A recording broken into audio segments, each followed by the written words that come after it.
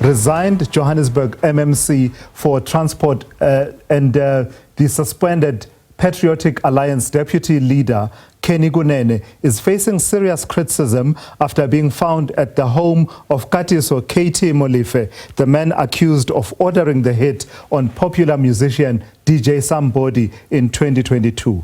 Kunene says he was there with a young journalist for an interview, but many, including opposition parties, are not buying that explanation. He has since been suspended from all political duties for 30 days while his party investigates. This incident has again raised the issue of the growing link between politics and organized crime in the country. So let's unpack it all. I'm joined by crime analyst Chad Thom. Good afternoon to you, Chad. The name Katiso KT Molefe is but one of the many names that we are coming to know about in the last few weeks since that press briefing by KwaZulu-Natal Commissioner Nhlanhla Mkhwanazi. Tell me what you know about Katiso KT Molefe and why Kenny Kunene being found at the scene when Mr. Molefe was being arrested is such a big deal, leading to him resigning from council in Joburg and being suspended within the Patriotic Alliance. Good afternoon to you and good afternoon to the viewers. We in the state of reckoning with what happened with Mkhwanazi a few weeks back on that Sunday morning, where he revealed these linkages between the underworld, politicians, law enforcement, prosecutorial authorities, the judiciary, magistrates. It's just blown up. We've never seen something like this in South Africa, despite the fact that we've had horrendous crime for more than 2 decades. And we've always spoken about the fact that there seems to be a deficit in police leadership. The fact that there's a symbiotic relationship between bad actors in the public sector and bad actors within the underworld is of no surprise. You must remember that the biggest client for any business in South Africa is government. So if you want a tender and you want to manipulate that tender, you want to commit fraud, your client's going to be government. You're going to need people placed within government. And those people are going to benefit financially from government, and the people within the private sector are going to benefit. And who's going to suffer? Well, the people of the country, because it's a plunder of the public purse. We need to also be clear that the fact is you can associate with anybody you want. Freedom of association is one of the cornerstones of our constitution and the freedom in this land.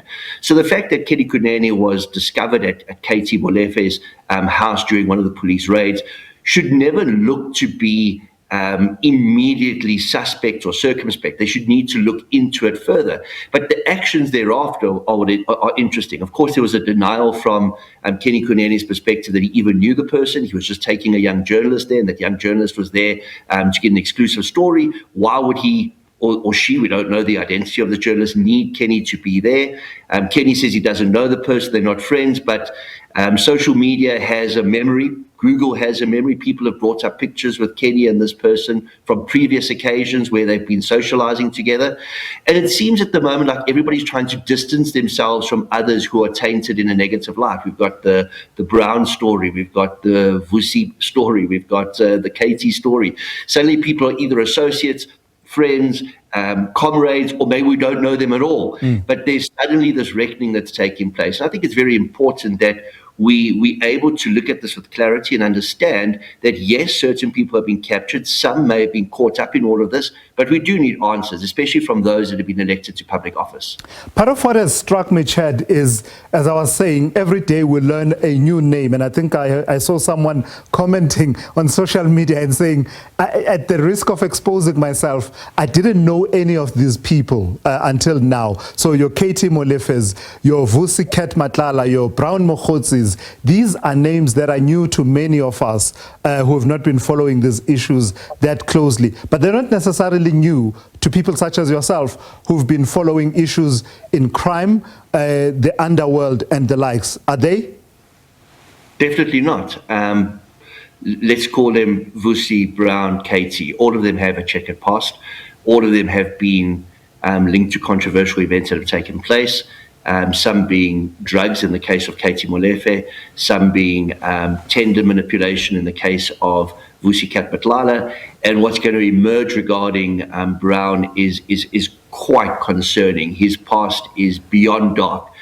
And the role that he's played is going to become so critical because he seems to be a fundamental link to so many different players. And he seems to be enjoying the attention that's on him at the moment, and he seems to be trying to spin it. But again, the history books have been written. The records are there. We live in a digital age. He has a lot that he has to now contend with when it comes out in public. And I think the most frightening aspect of this is how this relationship between the underworld and politicians and businessmen has been so easy to formulate itself. It's not as if there was this disparity where you had on the one path those that were righteous, on the other path those that wanted to do the economy harm. It was almost harmonious. These different parties coexisted without any issue. And now we're finding out why. Because of the funding of perhaps different conferences, birthday parties, perhaps campaigns.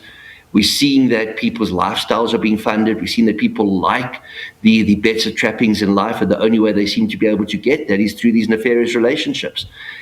I've said this for the last 2 weeks. I'm going to continue saying it.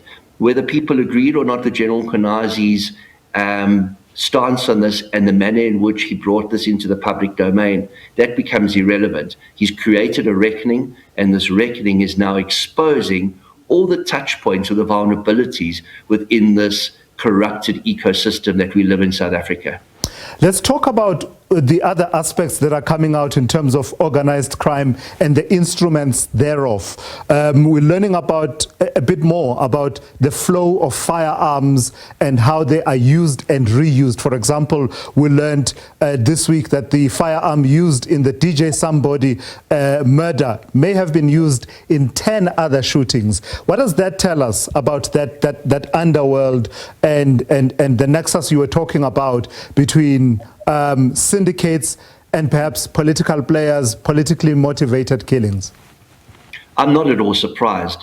I speak to the fact of Izinkabi being trained in the past days for use by the taxi industry, for rival taxi owners to take out other taxi owners, and then realizing that having these Izinkabi is actually a potential revenue stream, and now hiring out these Izinkabi to syndicates that are involved in CIT heists, that are involved in ATM bombings, that are involved for kidnap for ransom, that are involved in murder for hire.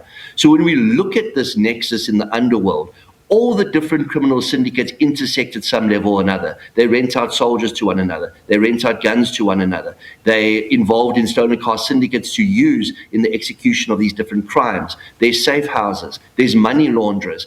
And it's become so prolific in South Africa at this point in time that it's now beginning difficult to establish who are the good guys, who are the bad guys, because a lot of the bad guys decided to try legitimize their extortion, their intimidation, their different types of mafias by buying into security companies so they could have access to legitimate weapons, and then using these different security companies as militias to fight their proxy wars. And this is a development that is quite concerning. So we need to understand that the nexus does exist. The nexus has been there for a long time. It's no longer whispers. It's no longer conspiracy theories. It's out in the open. And we're now going to see this reckoning take place, which will hopefully hold those to account, that there will be consequences, and that South Africans can start feeling that law enforcement is in fact behind them in this fight against crime. Lastly, where are we what's your sense of where we are in terms of that accountability and reckoning curve? We still have the Commission of Inquiry still to come. A few days ago, the terms of reference were gazetted, for the Madlanga Commission of Inquiry. We also heard from Parliament that they will continue with the multi-committee approach to the extent that they are able to investigate. What more can we still expect to still come out? You mentioned, for example, what you expect will come out around Brown Mokhotsi, the man that the on leave Minister of Police says, I don't know him as an associate, but I know him as a comrade. Brown Mokhotsi has got a very, very, very interesting past, a very dark past, and a lot more is going to come out about this. Whether he's a mere information peddler or whether he's somebody of consequence, we will find out as the days progress. But I want to end this off on a good note. One thing that we've seen is that we are not a failed state, we're not a captured state. We wouldn't have seen suspensions, firings, people being moved if it wasn't for the fact that government is functioning. We wouldn't have had such a fiercely independent media if this country was at failed state status. We wouldn't have had an election last year that resulted in a GNU. It's good that these things are coming out. They wouldn't have come out if we had a complete capture of our law enforcement. There are many, many brave members that are there that are still keeping us protected through that thin blue line. And although that blue line has become thinner, they are still committed to a just South Africa and to serve the citizens of this land. So I'm very confident that this is a turning point in our country's history. All right, let's hope it pans out that way. We all need it to actually pan out exactly as you are hoping, Chad. That's Chad Thomas there. He is a crime analyst, just unpacking some of the main developments around. What an intriguing July we've had, right? In as far as the allegations of syndicates working with politicians and other actors in the state and the likes is concerned. And of course now the developments around Kenny Kunene.